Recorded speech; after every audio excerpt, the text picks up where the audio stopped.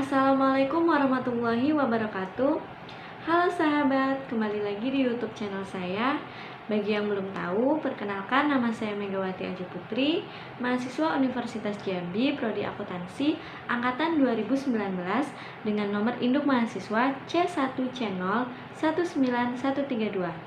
Sama seperti minggu sebelumnya, kali ini saya juga akan membahas sebuah materi. Materi yang akan saya bahas adalah laporan laba rugi komprehensif dan perubahan ekuitas. Simak videonya yuk.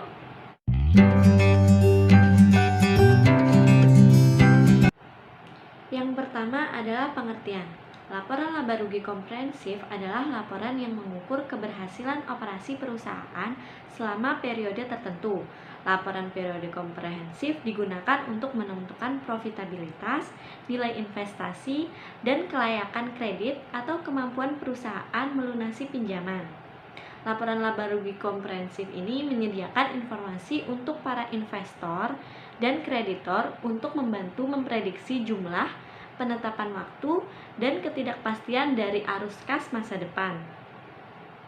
Laporan laba rugi komprehensif akan menggambarkan sumber-sumber penghasilan yang diperoleh oleh perusahaan dalam menjalankan usahanya, serta jenis-jenis biaya yang harus ditanggung oleh perusahaan dalam menjalankan kegiatan-kegiatan perusahaan.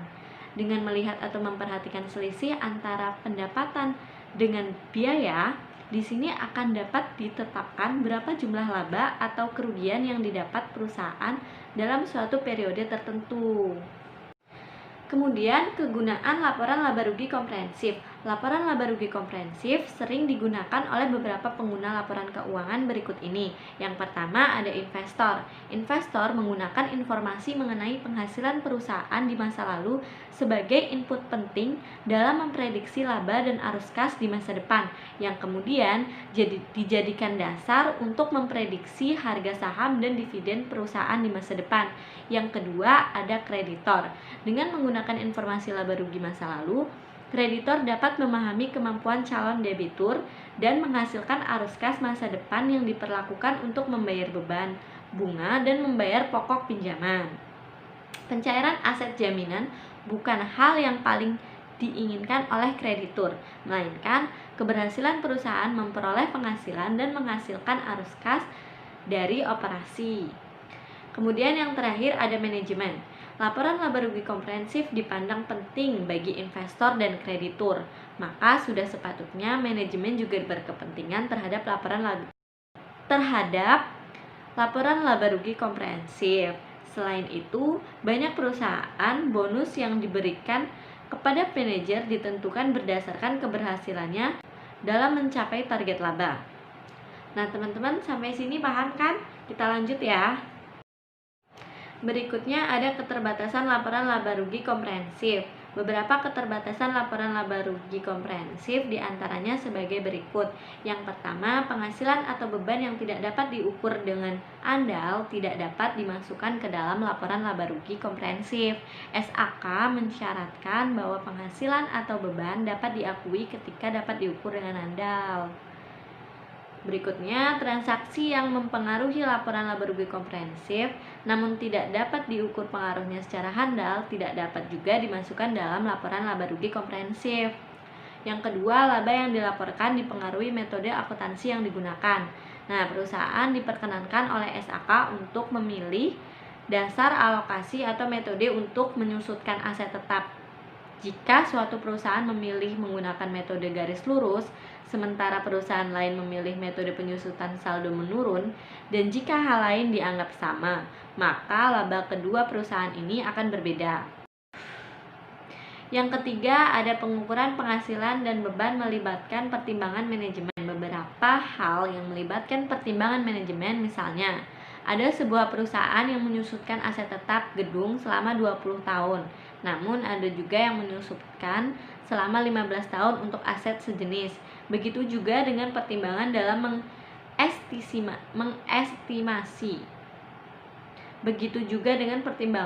mengestimasi kewajiban atas klaim, garansi, dan penghapusan piutang tak tertagih. Ada yang melakukannya dengan optimis sehingga menyebabkan beban yang lebih rendah dan laba yang lebih tinggi.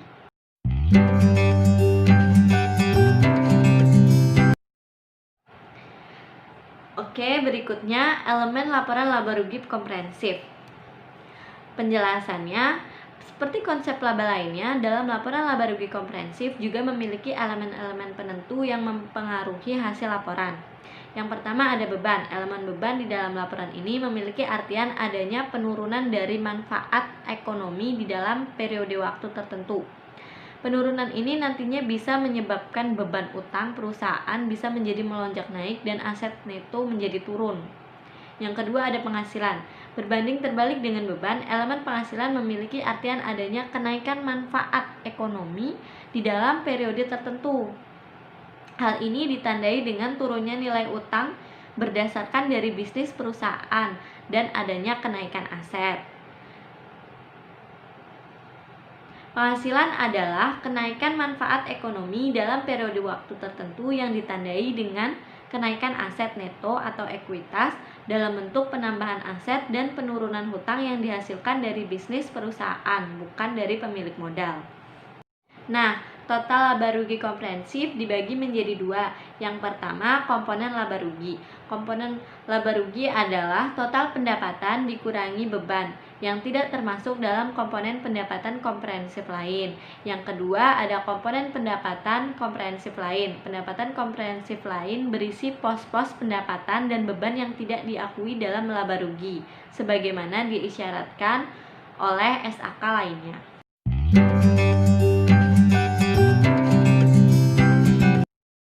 Yang pertama ada laporan laba rugi komprehensif bentuk tunggal.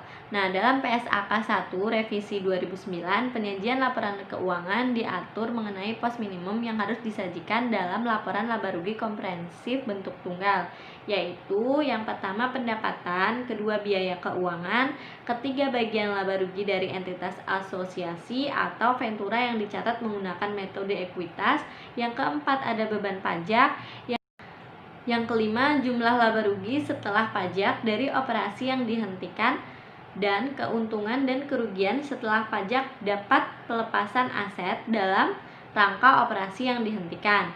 Yang keenam, ada laba rugi. Yang ketujuh, komponen pendapatan komprehensif lain yang diklasifikasikan menurut sifat. Yang kedelapan, bagian pendapatan komprehensif lain dari entitas asosiasi dan ventura yang dicatat dengan metode ekuitas. Yang ke-9 ada total laba rugi komprehensif. Nah, pada laporan laba rugi komprehensif bentuk tunggal, maka penyajian laba rugi periode berjalan dan pendapatan komprehensif lain periode berjalan disajikan dalam satu laporan laba rugi komprehensif. Kemudian untuk laporan laba rugi komprehensif bentuk ganda, itu jika perusahaan memilih untuk menggunakan format laporan bentuk ganda, maka perusahaan menyiapkan dua laporan. Laporan pertama yaitu laporan laba rugi periode berjalan, dan laporan kedua yaitu laba rugi komprehensif yang berisi laba rugi periode berjalan. Pos minimum yang harus disajikan dalam laporan laba rugi terpisah ketika menggunakan format bentuk ganda, yaitu pertama ada pendapatan, kedua biaya pendanaan, ketiga bagian laba atau rugi dari entitas dan ventura yang menggunakan metode ekuitas, yang keempat ada beban pajak, yang kelima jumlah laba rugi setelah pajak operasi yang dihentikan dan keuntungan kerugian, keenam ada laba rugi. Nah, pada laporan laba rugi komprehensif bentuk ganda ini, informasi alokasi laba rugi periode berjalan kepada pemilik entitas, induk, dan kepentingan non-pengendali disajikan di laporan laba rugi terpisah, sedangkan alokasi total laba komprehensif disajikan pada laporan laba rugi komprehensif. Baiklah, pembahasan selanjutnya adalah laporan perubahan ekuitas. Laporan perubahan ekuitas yaitu laporan keuangan yang menunjukkan perubahan ekuitas selama satu periode. Laporan perubahan ekuitas terdiri dari saldo awal modal pada neraca saldo setelah disesuaikan ditambah laba bersih selama satu periode dikurangi dengan pengambilan prive. Untuk akun-akun dalam laporan perubahan ekuitas, yang pertama adalah modal awal. Modal awal ini berasal dari investasi awal ataupun penambah investasi. Kemudian yang kedua ada laba atau rugi. Laba perusahaan akan menambah modal perusahaan, sedangkan rugi akan mengurangi modal perusahaan. Yang ketiga ada penarikan atau prive.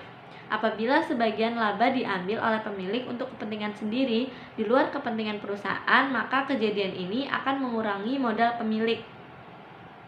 Jika bentuk perusahaan adalah perseorangan atau firma, maka penarikan disebut PRIV, dan jika berbentuk perseroan atau PT, penarikan disebut dividen.